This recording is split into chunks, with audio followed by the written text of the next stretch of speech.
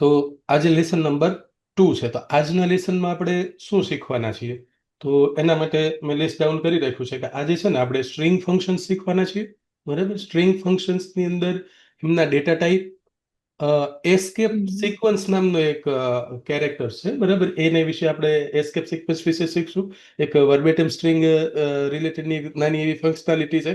Interpolated string શું કહેવાય એના વિશે શીખશું. એક સ્ટ્રિંગને અપર કેસ અને લોઅર કેસમાં કન્વર્ટ કરવું હોય ને તો એ શીખશું. ને એક નાનું એવું ફંક્શન છે કે સ્ટ્રિંગની લેન્થ પ્રોપર્ટી એ આપણે જોઈતી હોય તો કેવી રીતે લઈ શકાય એ શીખશું. અને એ ઉપરાંત છે ને આજે એક બીજું છે કે આજે આપણે છે ને આજના લેસનમાં C# ઓપરેટર વિશે આપણે શીખવાના છીએ. તો ઓપરેટર છે એમાં આપણે હમ. અસાઇનમેન્ટ ઓપરેટર તો યુઝ કરીએ છીએ. એ સિવાયના જે ઓપરેટર છે જેમ કે એરેથમેટિક ઓપરેટર છે, પ્લસ માઇનસ મલ્ટિપ્લિકેશન, મોડ્યુલો ઓપરેટર છે, કમ્પેરિઝન ઓપરેટર છે, હમ. કંડિશનલ ઓપરેટર, ટર્નરી ઓપરેટર છે, નલ કોલેજિંગ ઓપરેટર છે. બરાબર, અને બાકીના બે છે ને એ એડવાન્સ લેવલ છે, તો એને આપણે છોડી દઈશું, એ પછી જોઈશું. બીટ વાઇઝ ઓપરેટર આવે છે એ બરાબર, એ માઇક્રો કંટ્રોલરને એમાં યુઝ થાય છે. જનરલી પ્રોગ્રામિંગમાં આપણે જનરલ પ્રોગ્રામિંગ કરીએ ને એમાં યુઝ નહીં થતું, તો એને આપણે છોડી દઈશું. અને ઇઝ એન્ડ એઝ ઓપરેટર છે. બરાબર, એ ટાઈપ કાસ્ટિંગ અને ટાઈપ ચેકિંગ માટેના બે ઓપરેટર છે. તો હમ. એને અત્યાર માટે છે ને હોલ્ડ રાખશું. આગળ ઉપર આપણે જ્યારે ક્લાસ શીખશું ને ત્યારે એક ઓબ્જેક્ટમાંથી બીજા ઓબ્જેક્ટમાં કન્વર્ટ કરવાનો છે કે જે તે ક્લાસનો એ છે કે નહીં, બરાબર, એ ચેક કરવું હોય ને તો એના માટેના છે. એટલે છેલ્લા બેને બાદ કરતા બાકીના જે ઓપરેટર્સ છે ને એને હમ.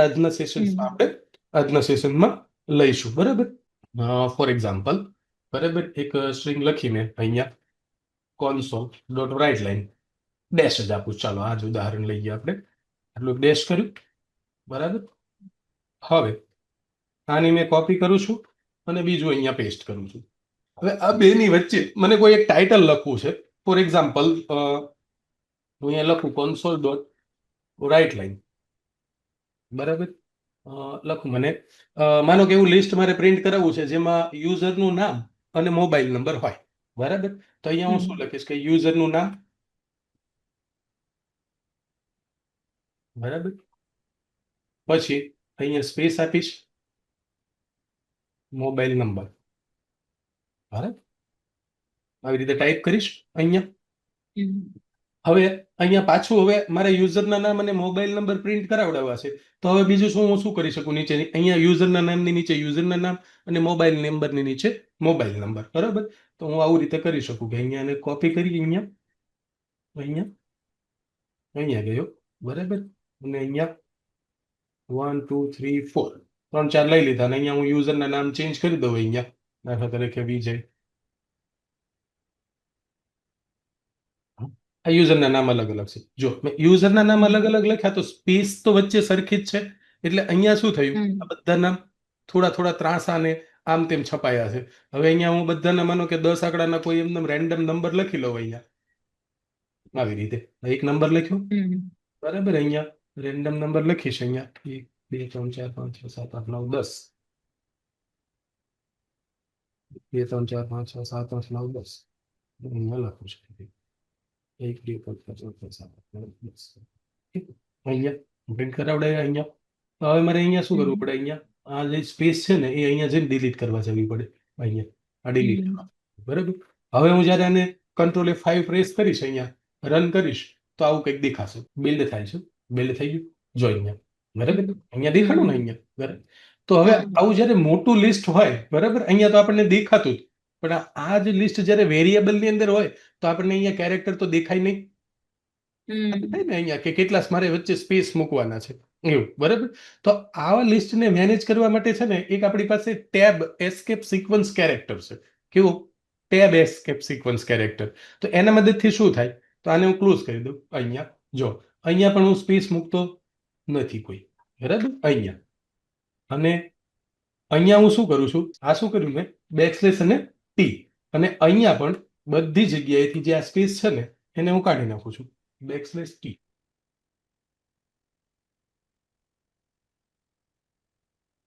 તો હવે વચ્ચે ક્યાંય સ્પેસ છે? નથી. ના. બરાબર, સેવ કરીએ આપણે આને અને ફરી વખત રન કરીને જોઈએ કે શું થાય છે. બરાબર, જો અહીંયા છે ને બહુ આ એટલા માટે જ મોટું નામ લીધું હતું. અહીંયા છે ને એક પર્ટિક્યુલર સ્પેસ વચ્ચે આવી. જોઈએ અહીંયા હમ અહીંયા હમ અહીંયા પણ સ્પેસ છે, બરાબર, અહીંયા આવી છે, હમ અહીંયા સ્પેસ આવી છે, અહીંયા, બરાબર. તો અહીંયા જ્યાં સ્પેસ વધારે જરૂર હોય, બરાબર, ત્યાં આપણે અહીંયા ડબલ વખત ટી કરી શકીએ એવી રીતે કે ભાઈ બે વખતની અહીંયા મને ડબલ સ્પેસ જોઈએ છે, સ્પેસ ટી. એટલે કીબોર્ડ પરથી આપણે જે ટેબ પ્રેસ કરીએ ને, એકચ્યુઅલમાં આ જ એ જ કેરેક્ટર છે. સેવ કરીએ, કંટ્રોલ F5 કરીએ, બરાબર. જો લિસ્ટ થઈ ગયું, બરાબર, પ્રોપર. હે, તો આવા છે ને એ એસ્કેપ સિક્વન્સ કેરેક્ટર આપણે રાખવા હોય ને તો એના માટે છે ને આ બેકસ્લેશ છે. હવે ક્યારેક એવું બને કે આપણે કોઈ સ્ટ્રિંગ ટાઈપ કરીએ છીએ, બરાબર, એની અંદર આવો બેકસ્લેશ ટાઈપ કરવાની જરૂર પડે તો શું કરવાનું? આવું આ બેકસ્લેશ ટાઈપ કરીએ છીએ તો અત્યારે તો સ્પેશિયલ કેરેક્ટર છે, અથવા તો આવો કેરેક્ટર ટાઈપ કરવો છે, આવો કોટ્સ વાળો, માનો કે કોઈ કોટ લખવો છે, એની અંદર એવો કેરેક્ટર ટાઈપ કરવો છે, console ડોટ રાઇટ લાઈન કરવું હોય, બરાબર, એની અંદર મારે કોટ્સ ની અંદર લખવું છે, બરાબર, નીચે કોઈ વાક્ય લખવું છે, સેન્ટેન્સ.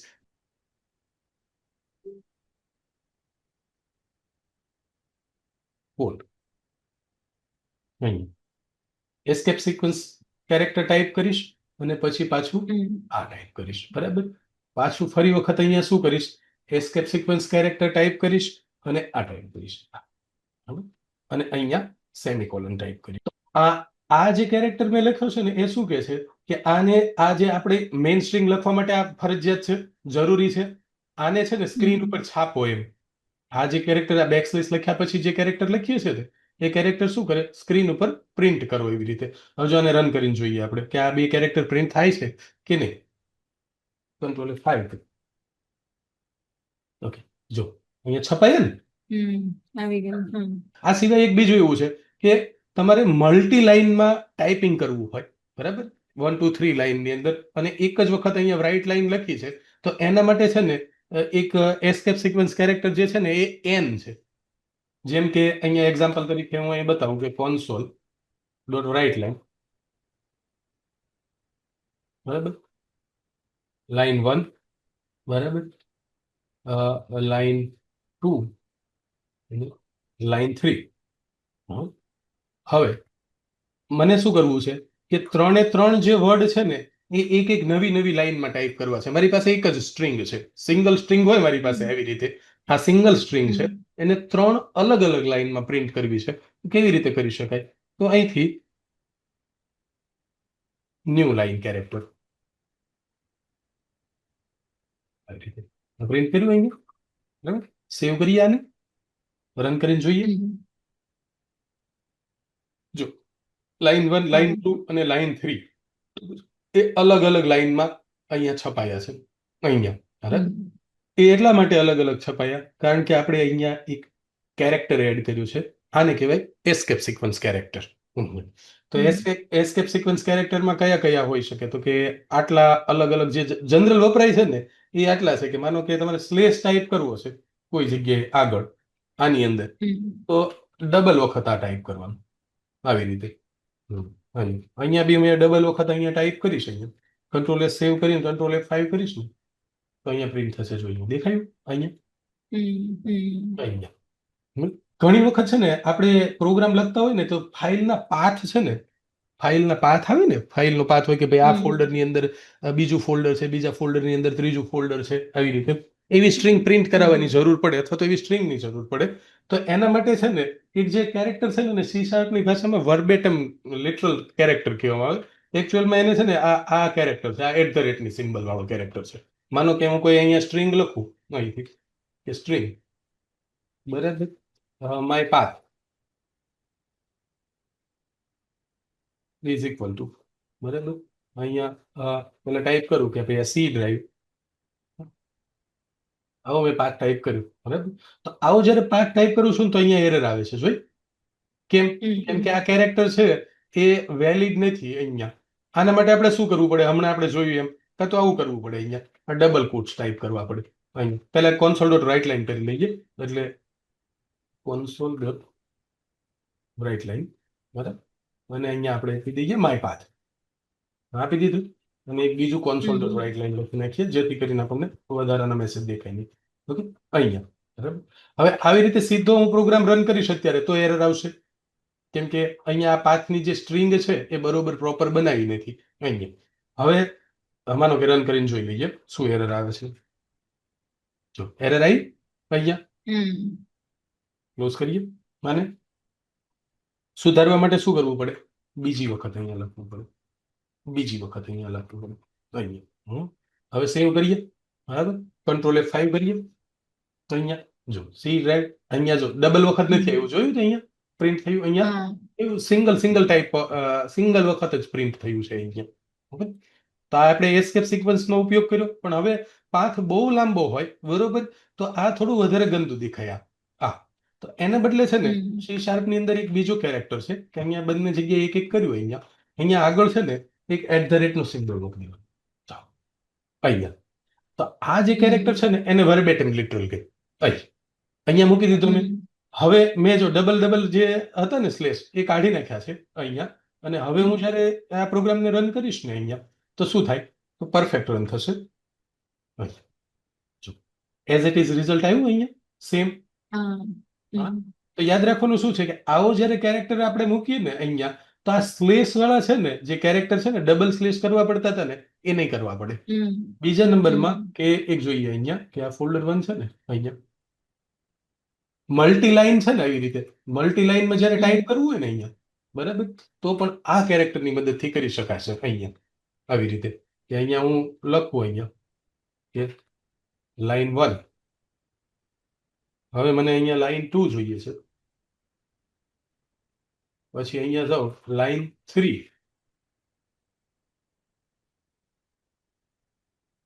લાઈન 4, બરાબર. આટલું લખ્યું મેં અહીંયા. કંટ્રોલ S કરું અને રન કરીને જો શું થાય છે. એરર આવે છે? નથી આવતી. જો મલ્ટીલાઈનમાં જ્યારે ટાઈપ કરવું હોય, બરાબર, સ્ટ્રિંગને મલ્ટીલાઈનની અંદર બ્રેકડાઉન કરવી હોય એમથી, તો એના માટે પણ આ કેરેક્ટર યુઝ કરી શકાય. જો આ કેરેક્ટર કાઢી નાખીશ ને તો નહીં ચાલે. અહીંથી આવીશ ને તો જો એરર આવી ગઈ, જોઈ અહીંયા આ બધી જગ્યાએ અહીંયા. એટલે કે મલ્ટીલાઈનમાં જ્યારે ટાઈપ કરવું હોય અથવા તો જે બેકસ્લેશ વાળી એસ્કેપ સિક્વન્સ છે જે આપણી જે, બરાબર, એને આપણે પાથ ટાઈપ કરાવવાના હોય, સ્ટ્રિંગની અંદર પાથ સ્ટોર કરાવડાવવાના હોય, ત્યારે આપણે આ વર્બેટમ લિટરલ કેરેક્ટરનો ઉપયોગ કરવાનો. બરાબર, ક્લિયર? ઇન્ટરપોલેટેડ સ્ટ્રિંગ છે. અંદર બીજો કોઈ ડેટા પ્લગ કરવો હોય તો કેવી રીતે કરી શકાય? તો એના માટેના અલગ અલગ રસ્તા છે. એમાંનો એક આ રસ્તો છે ઇન્ટરપોલેટેડ સ્ટ્રિંગ.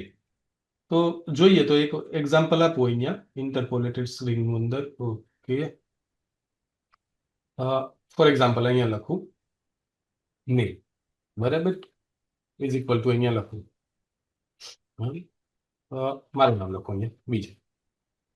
ઓકે, બીજી સ્ટ્રિંગ લખું અહીંયા સ્ટ્રિંગ, બરાબર, ફૂલ નેમ અથવા તો welcome message is equal to, બરાબર, વેલકમ. બરાબર, હવે વેલકમ પછી મને આ સ્ટ્રિંગની અંદર અહીંયા જે લખેલું છે ને એ અહીંયા જોડવું છે. અહીંયા કેવી રીતે જોડી શકાય? એક તો આપણે રસ્તો જોઈએ અહીંયા કે આની પાછળ છે ને આપણે પ્લસ કરી અને અહીંયા આપી શકાય અહીંયા આવી રીતે. અને આ મેસેજ જે છે એ હું અહીંયા પ્રિન્ટ કરાવડાવી દઉં.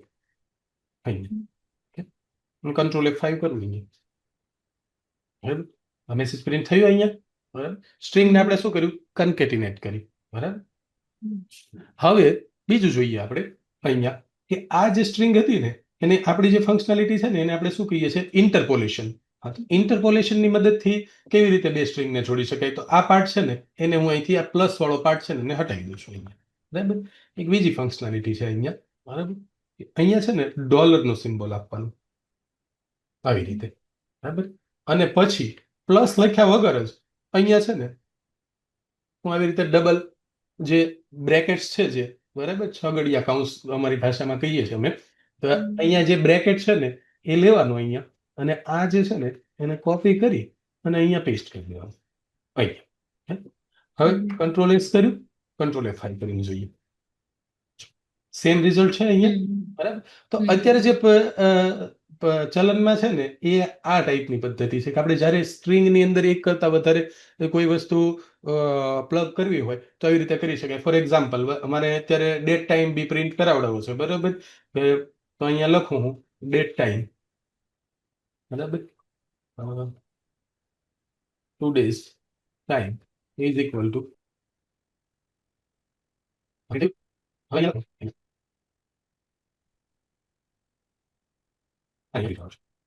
તો આ બે સ્ટ્રિંગ અહીંયા પ્લગ થઈ ને અહીંયા જો અહીંયા વેલકમ હમ આ પહેલો વેરિયેબલ પછી પાછી સ્ટ્રિંગ કઈ ટાઈપ કરી છે પછી પાછો બીજો વેરિયેબલ અહીંયા અને સેવ કરીએ રન કરીને જોઈએ કંટ્રોલ F5 બરાબર પ્રિન્ટ થયું ને અહીંયા બરાબર તો આ જે મેથડ છે બરાબર એને આપણે કહેવાય કેવું ઇન્ટરપોલેટ સ્ટ્રિંગ હવે સ્ટ્રિંગના બીજા બે ફંક્શન છે કે ભાઈ સ્ટ્રિંગ છે એને ઘણા બધા ફંક્શન છે પણ એક જનરલ ફંક્શન છે આપણે જોઈ લઈએ કે ભાઈ સ્ટ્રિંગ છે એને અપર કેસમાં કન્વર્ટ કરવી હોય તો કેવી રીતે કરી શકાય લોઅર કેસમાં કન્વર્ટ કરવી હોય તો કેવી રીતે કરી શકાય તો એના માટે આપણે જોઈએ અહીંયા કે ભાઈ આ મારું જે વેલકમ મેસેજ છે અહીંયા બરાબર એને મારે અપર કેસમાં દેખાડવો છે અહીંયા તો અહીંયા હું શું કરીશ આજે આ સ્ટ્રિંગ છે ને આજે સ્ટ્રિંગ બરાબર ત્યાં જ અહીંયા એક ડોટ કરીશ ને એટલે જો અહીંયા મને સ્ટ્રિંગ રિલેટેડના જેટલા ફંક્શન છે ને એ બધા દેખાશે અહીંયા ઘણા બધા ફંક્શન હોય અહીંયા સ્ટ્રિંગ રિલેટેડના એમાં છે ને એક ફંક્શન હશે ટુ અપર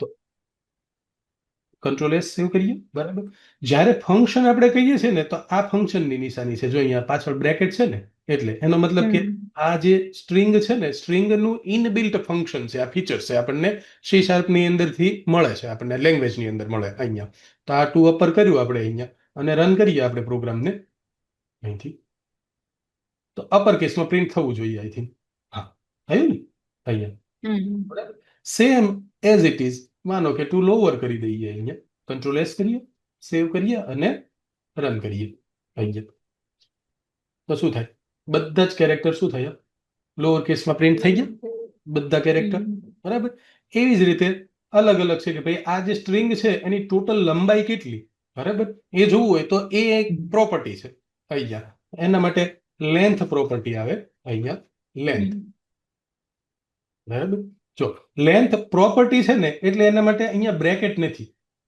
જોયું અહીંયા જો જે મેસેજ દેખાય છે ને એમાં ગેટ લખેલું છે જોયું નીચે ઇન્ટ સ્ટ્રિંગ લેન્થ અને બ્રેકેટમાં ગેટ એટલે એનો મતલબ કે એક પ્રોપર્ટી છે ફંક્શન હોય બરાબર કોઈ ફંક્શન આપણે હોય ઇનબિલ્ટ બરાબર તો એની પાછળ બ્રેકેટ્સ લગાવવાનો અને ફંક્શનને બદલે જો પ્રોપર્ટી હોય ને તો એની પાછળ બ્રેકેટ લગાવવાનો આવે નહીં એટલે આ લેન્થ છે ને એ પ્રોપર્ટી હતી અને ટુ અપર અને ટુ લોઅર છે ને એ ઇનબિલ્ટ ફંક્શન હતા તો ફંક્શન હતા એટલે આપણે એની પાછળ બ્રેકેટ લગાવ્યા હતા અહીંયા પ્રોપર્ટી છે એટલે પાછળ બ્રેકેટ લગાવશું નહીં અને રન કરીએ હવે 51 કેરેક્ટર્સ છે ટોટલ બરાબર તો આવી રીતે છે ને આપણે સ્ટ્રિંગની ના કોઈ લેન્થ લંબાઈ જાણવી હોય ને તો એ જાણી શકાય બરાબર ક્લિયર ને આટલું આમાં ક્લિયર ઓકે